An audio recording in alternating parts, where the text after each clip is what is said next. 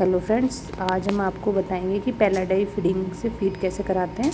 तो ये देखिए, मैं बच्चे को पैलाडाई से फीडिंग करवा रही हूँ और बच्चा बहुत अच्छे से फीड ले रहा है और शकिंग रिफ्लेक्स भी बच्चे का बहुत अच्छा है।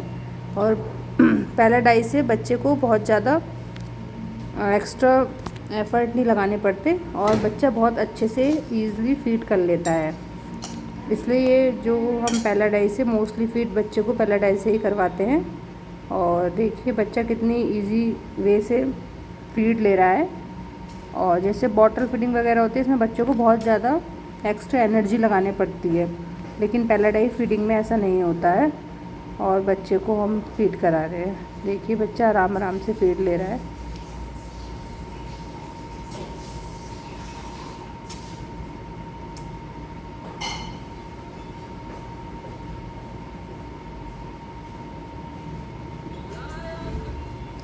लेने का भी बनाना, ठीक है, बना के दुकान लेने का भी बनाना है। बर्पिंग कराऊंगी ना, अभी जो बर्पिंग कराऊंगी उसे दुकान लगाऊंगी ना, अभी उसका बनाना।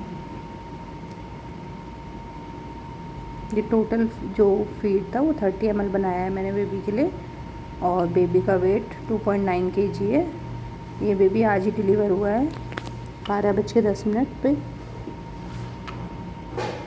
मॉर्निंग में। और बच्चे को मैंने फीड अच्छे से करा दिया है।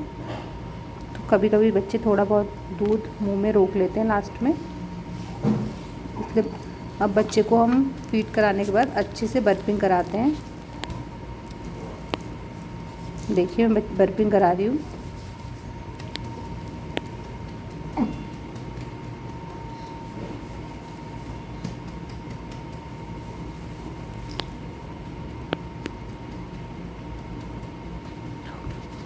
और जो फीड